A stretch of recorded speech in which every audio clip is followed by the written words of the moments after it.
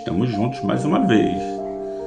E nesse momento aqui eu quero lembrar com você sobre princípios básicos e algumas necessidades de possíveis encaminhamentos quando a gente faz o nosso aconselhamento.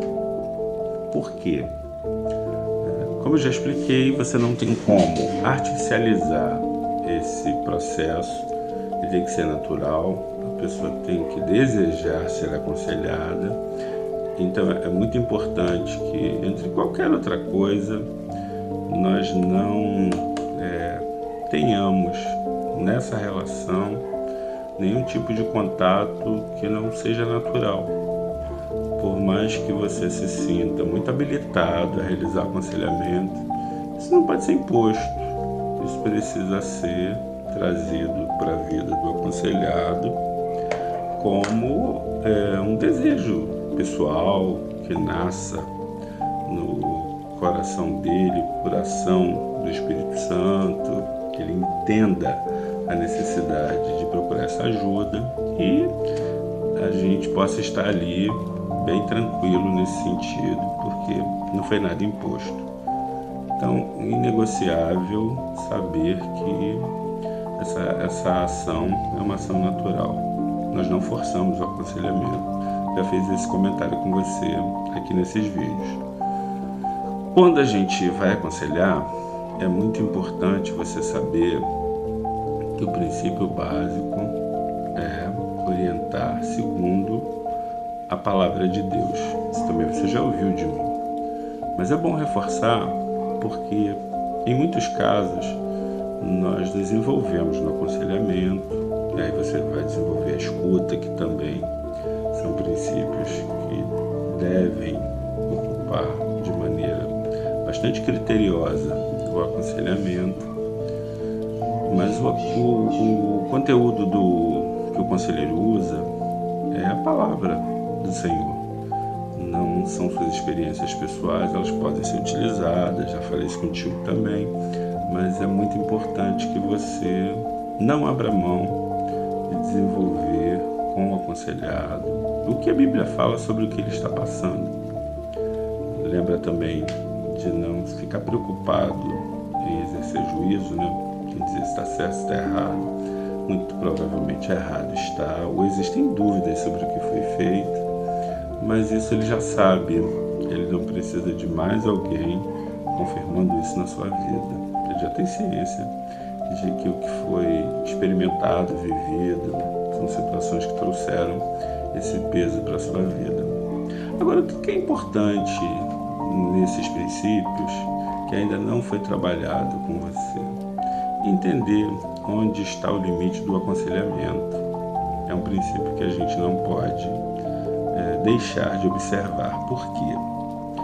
Às vezes a gente fica insistindo num processo que não traz o resultado adequado. Por quê? Porque existe a possibilidade do que a pessoa está vivendo ser fruto de alguma situação que necessita de um acompanhamento onde o conselheiro não tem condições de oferecer.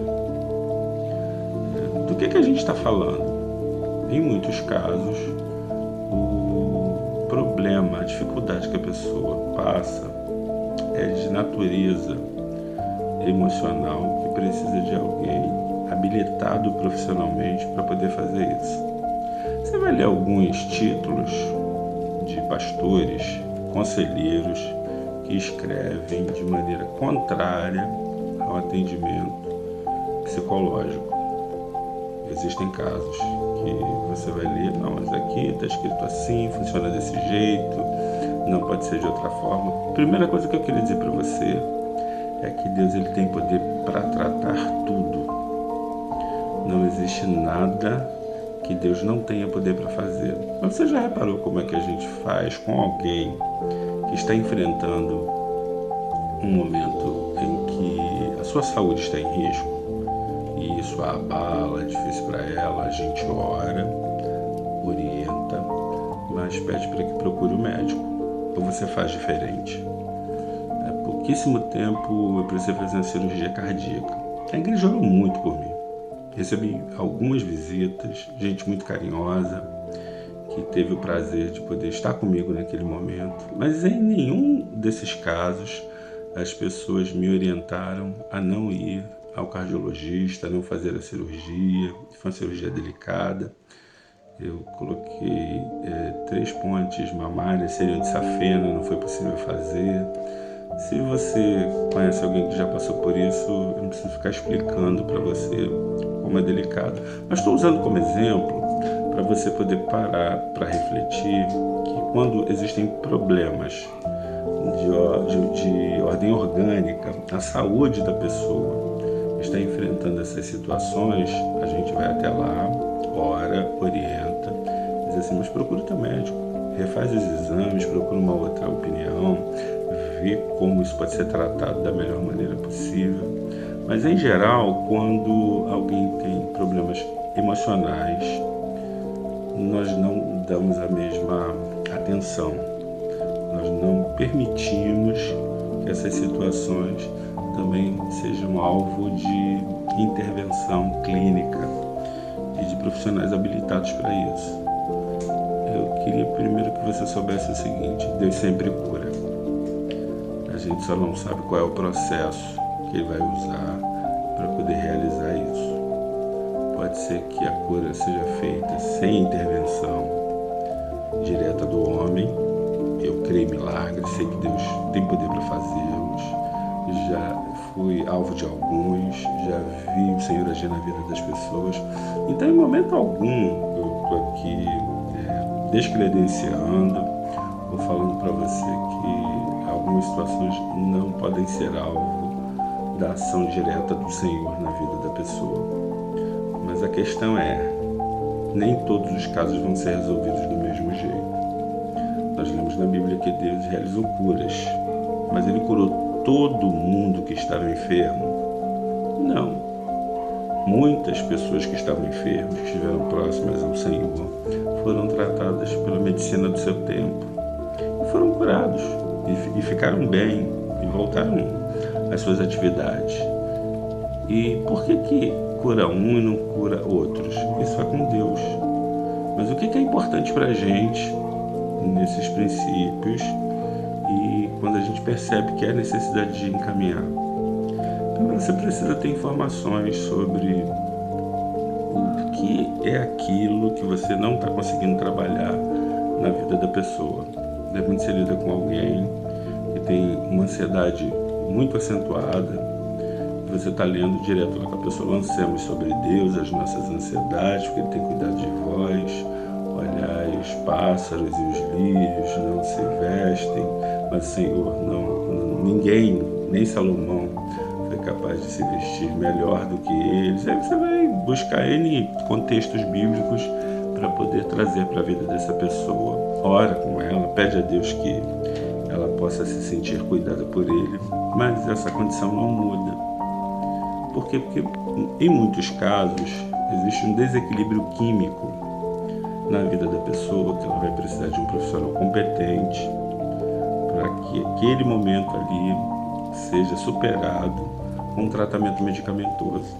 Em outros casos, a pessoa vai precisar de uma terapia, habilidade que nem sempre o conselheiro desenvolve. As técnicas terapêuticas, elas podem ajudar, não substituem o que a palavra de Deus faz, não podem fazer os milagres que o Senhor tem poder para fazer, mas são elementos que podem ser instrumentos usados por Deus para a recuperação dessas pessoas.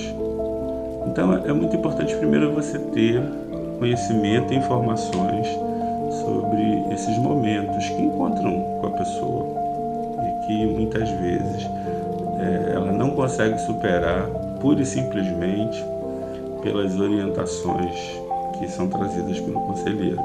Talvez possa gerar uma certa frustração, possa produzir assim, alguma dificuldade para você, mas eu queria te dizer que existem plenas possibilidades de lidar com casos de aconselhamento em que as pessoas estejam enfrentando tempos assim, que precisam ser encaminhadas para profissionais competentes que vão ajudá-las nos processos que elas estão passando.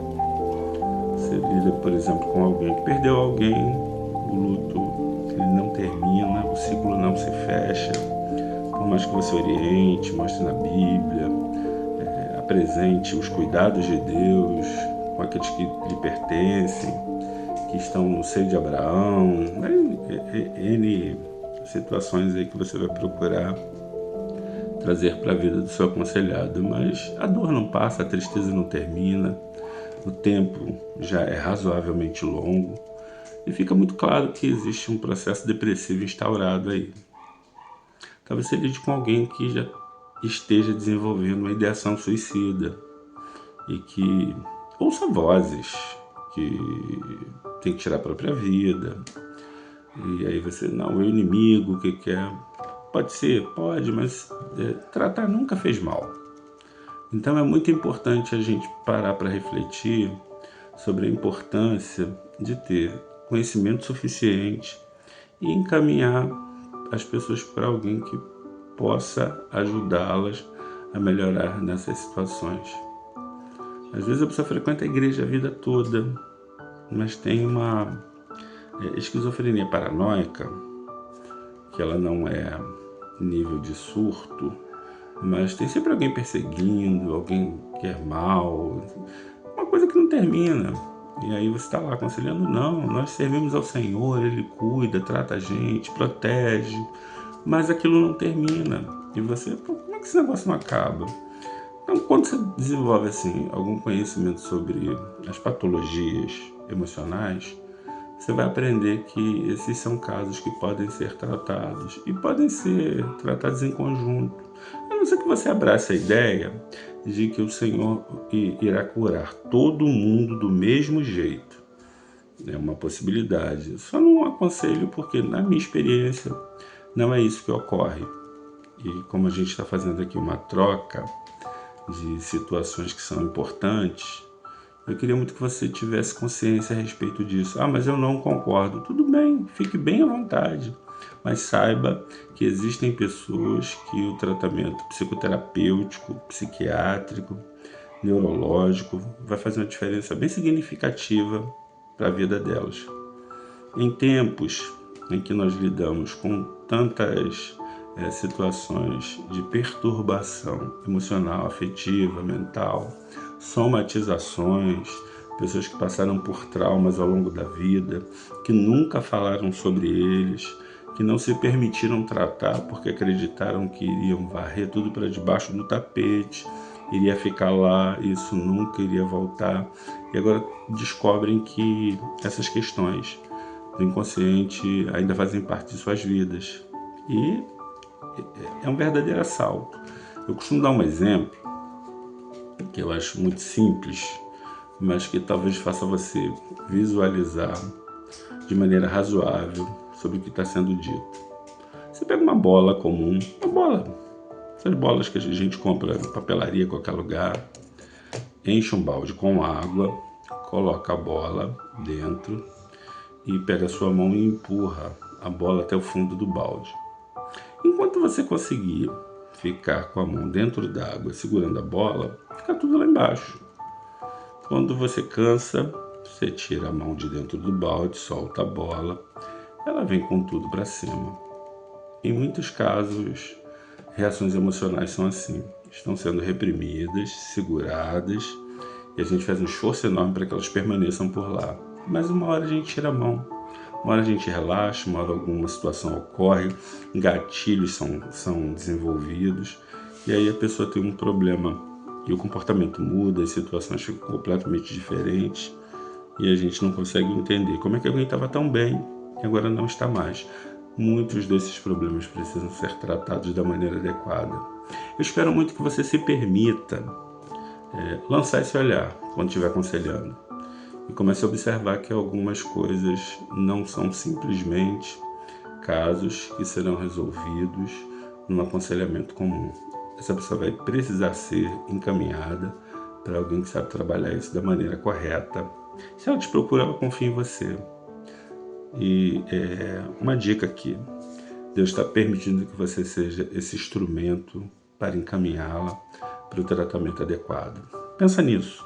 Deus te abençoe e que sejam tempos de aconselhamento muito especiais para a sua vida, para o seu coração e para quem o Senhor colocar no seu caminho.